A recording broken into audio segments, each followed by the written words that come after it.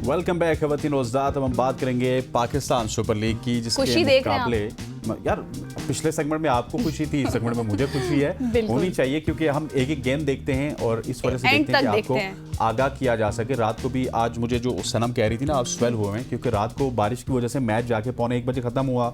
उसको खत्म करने के बाद हमें प्रेस कॉन्फ्रेंस भी सुननी पड़ती है, फिर खिलाड़ी की बातें भी सुननी पड़ती हैं, ताकि सुबह आप अगर कोई सवाल करेंगे तो उसका जवाब अच्छे से दिया जा सके। मैं आपसे सवाल करती हूँ कि रात को लाहौर के साथ क्या हुआ?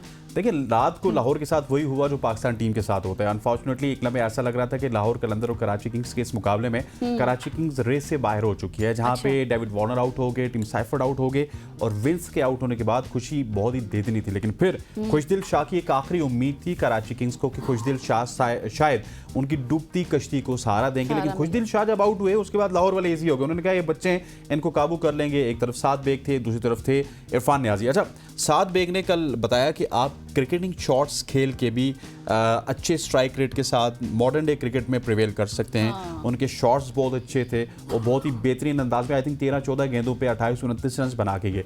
अब अगर बात कर ली जाए इरफान खान नियाजी की, तो उन्होंने बहुत स्पेशल इनिंग्स खेली है और कमाल किया। नियाजी के हवाले से मेरे ख्याल आगे जाके भी बात होगी, लेकिन लाहौर के साथ ये हुआ जो आपने सवाल किया कि लाहौर के साथ वही हुआ जो पाकिस्तान टीम के साथ होता है कि ख्वाब खरगोश में सो गए उनके कप्तान, ख्वाब खरगोश में सो गए उनके बॉलर्स, और उसके बाद कराची किंग्स ने कहा कि ये सोए हुए हैं, तो हम सोए सोए इनसे मैच भी हड़प कर लेते हैं। मुझे ये तो अब आपने बता दिया जो कुछ लाहौर के साथ, तो मुझे बताएं हारिस रऊफ और शाहीन अफरीदी क्यों ऐसा करते हैं, एंड में जाकर सिर्फ रन देते हैं, पहले कहाँ होते हैं वो? देखिए, ये आपका सवाल इस वजह से होगा कि मेरा ख्याल है कि अगर हम एक एक गेम देखते हैं ना गजल, तो आप कहीं ना कहीं खबरों में पढ़ती हैं, सुनती हैं कि पाकिस्तान ने आज 18 गेंदों पे 48 रन दे दिए, पाकिस्तान ने आज 3 गेंद पे 12 रन दे दिए, पाकिस्तान ने आज 6 गेंदों पे 18 रन दे दिए।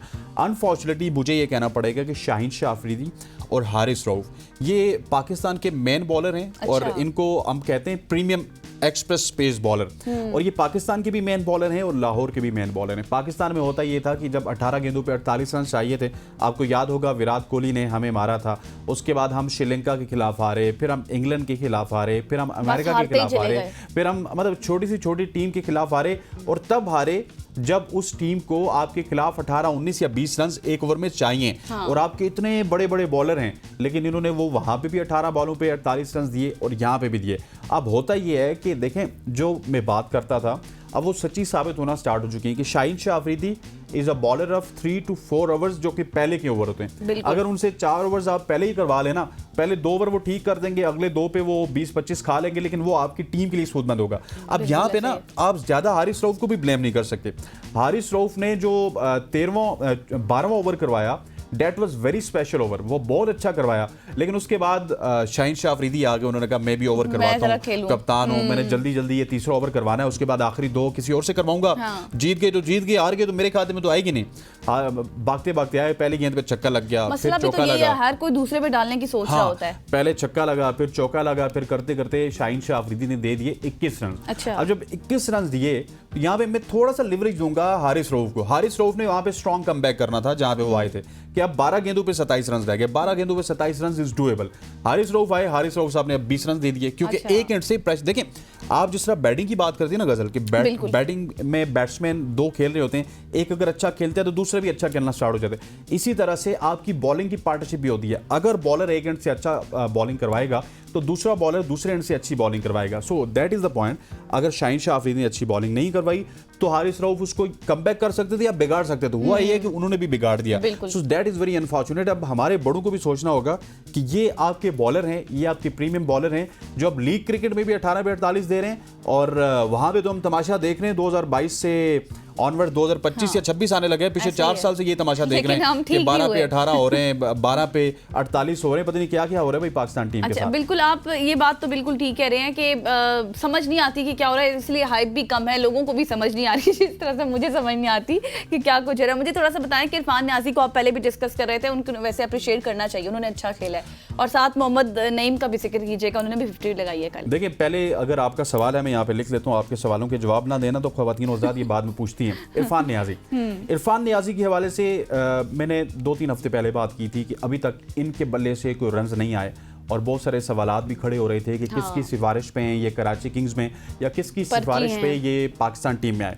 लेकिन कल के मैच के बाद मैं ये कह सकता हूँ कि इरफान नियाजी ने कम से कम शाहीन शाह अफरीदी और हारिस रऊफ को मार के ये बता दिया कि इनको अगर दुनिया मार सकती है तो वो भी मार सकते हैं। और इरफान की इनिंग्स में मुझे एक स्पेशलिटी लगी है कि इरफान ने ग्राउंड के चारों तरफ खेला।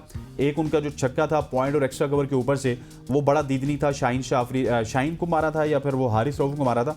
और उसके बाद आप देखिए कि शाहीन को किस तरह छक्के लगाए, फिर हारिस को किस तरह छक्के लगाए। ऑल दो बॉलिंग बहुत बुरी थी, उनको बिल्कुल लेंथ बॉलिंग मिल रही थी और वहाँ पे या फिर शॉर्ट लेंथ पे वो बॉलिंग कर रहे थे, बिल्कुल बल्ले के ऊपर बॉल आ रहा था और उनके पास अपने आर्म स्ट्रेच करने का काफी वक्त था, वो वहाँ पे खेल रहे थे। लेकिन आपने तो मैच याद किया हुआ है, मुझे ऐसे लग रहा है पूरा मैच आपने एक एक बॉल को याद किया हुआ है, कब क्या क्या क्या क्या हुआ था। मैच में देखती हूँ लेकिन बहुत कम, क्योंकि कभी कभार कोई काम कर लिया, क्या हो गया, रात को 2 बजे तक माशाल्लाह से जाग के। चलिए शुक्र है आज गजल से एप्रिसिएशन भी मिल गई। लेकिन इरफान नियाजी के हवाले से बात करके फिर आपके दूसरे सवाल पे भी आना है, क्योंकि मैंने ब्रेक के बाद बातें नहीं सुननी। तो इरफान नियाजी के हवाले से कि कल मुझे बड़े प्रॉमिसिंग लगे। अब उम्मीद है कि वो इसी नंबर पे आके अब दूसरे मैचेस में भी इसी तरह से परफॉर्म करेंगे। ये ना हो कि उन्होंने भी बेचारे शाहीन शाह अफरीदी को और हारिस रऊफ को ताड़ लिया हो कि ये आगे और इन्हीं को मैंने चढ़ाई करना है। और सेकेंडली जो आपने बात की है मोहम्मद नईम की, देखिए मोहम्मद नईम लाहौर कलंदर के साथ एसोसिएटेड थे 2017 से लेके 2025 है, तकरीबन 8 साल हो चुके हैं। ठीक है, आप कुछ कहना चाह रही हैं? मैं ये कहना चाह रही हूँ कि हमें शायद अहमद नजीब सती साहब ने ज्वाइन कर लिया, उनकी तरफ जाते हैं, उनसे भी पूछ लेते हैं। Thank you so much. ज़्यादा एक्सप्लेन कर गया? नहीं, आपने करना था, मैंने आपको ना अपना सबक याद किया हुआ, तो याद हो। अच्छा अहमद, बहुत शुक्रिया आपके लिए। चूंकि हमारे पास वक्त कम है तो हमें तो यही बताएं कि रात को क्या कुछ हुआ, और जिस तरह से हारिस रऊफ, शाहीन शाह अफरीदी ने खेला, आखिर में रन दिए, पता नहीं क्यों देते हैं आखिर में। साथ ही ओवरऑल डिस्कशन जो है हमने की है, कर तो लिए, लेकिन आप क्या तबसरा करेंगे, बताइएगा। देखिए, एक तो सबसे अच्छी बात हारिस रऊफ और शाहीन अफरीदी की यह है कि ये हमेशा उम्मीद बनाकर मायूस करते हैं। ये एक सेट पैटर्न है। सेट पैटर्न ये अगर आप देखेंगे, ये सेम रिपीटेड परफॉर्मेंसेज हैं जो कि वो पाकिस्तानी टीम से देते रहे। ये मतलब आपको कितने मैचेस में हमने देखा है कि अगर शुरू में नए बॉल अच्छा कर रहे हैं या बीच में कहीं अच्छी बॉलिंग की है, आखिर में आके ये महंगे साबित हो जाते हैं। शाहीन अफरीदी को मैथ्यू वेड वाला मामला, हारिस रऊफ को विराट कोहली वाला मामला, और इस तरह के बहुत सारे मैचेस में कि मैचेस डेथ ओवर में आए हैं शाहीन और इवन हारिस भी, और शदीद महंगे रहे और अपनी टीमों को वो मैचेस हाथ से उनके निकल गए। सेम जो स्टोरी वो रिपीट हुई है। अब इसमें हमने सीखा ये है कि ये हमारे जो सीनियर बॉलर जो काफी साल हो गए टीम से खेल रहे हैं, they are not reliable bowler. आप इन पे इन्हिसार नहीं कर सकते हैं। और सिंपली इरफान खान नियाजी ने बताया है कि आपको बड़ा नाम नहीं, बड़ा काम करना आना चाहिए। वो उसने बड़ी अच्छी बैटिंग है। सबसे जो अच्छी बात है ना, हिटिंग हो जाती है, बहुत से प्लेयर छक्के मार के मैच जितवा देते हैं। जो सबसे काबिल गौर बात है कि उसने जिधर का बॉल उधर मारा है। ऑफ साइड का बॉल था तो उधर बड़ा हिट मारा है, लेग साइड का बॉल था तो इधर हिट मारा है। वरना नॉर्मली हमारे लड़के सिर्फ लेग साइड को देख रहे होते हैं, स्क्वायर लेग से लेकर मिड विकेट तक पहले से उनका माइंडसेट बना होता है, वहीं छक्के मार।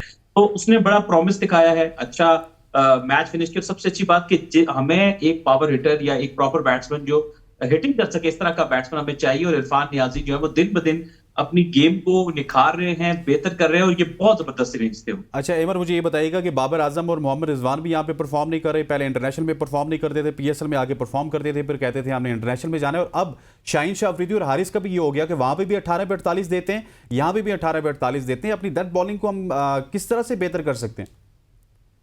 देखिए, सबसे पहले मैं हमेशा से कह रहा हूँ कि जितने आपके ये जो प्रोमिनेंट 5-6 नेम है ना, इनको आप जो करते हैं ना कि आप एक सीरीज में निकालेंगे, दूसरे में ले आएंगे, पता नहीं क्या हो गया जी, पता नहीं क्या हो गया जी, ये निकल गए तो क्या। मैं 1-2 नाम नहीं, मैं पूरे 5-6 जो प्रोमिनेंट नेम इनके बात करूंगा कि एक तो ये निकाल दें कि यार किसी की भी इनमें से परफॉर्मेंस ऐसी नहीं है कि ये मस्ट सिलेक्शन नहीं है, ना स्क्वाड में ना 11 में। जरूरत है तो आप स्क्वाड और 11 पे जगह दें, जरूरत नहीं है तो आप इनको जगह ना दें, स्ट्रेटजी के हिसाब से देखें। तो आप 2 साल से ये तय ही नहीं कर पाए और इनकी परफॉर्मेंस हर गुजरते दिन के साथ कमजोर हो रही है।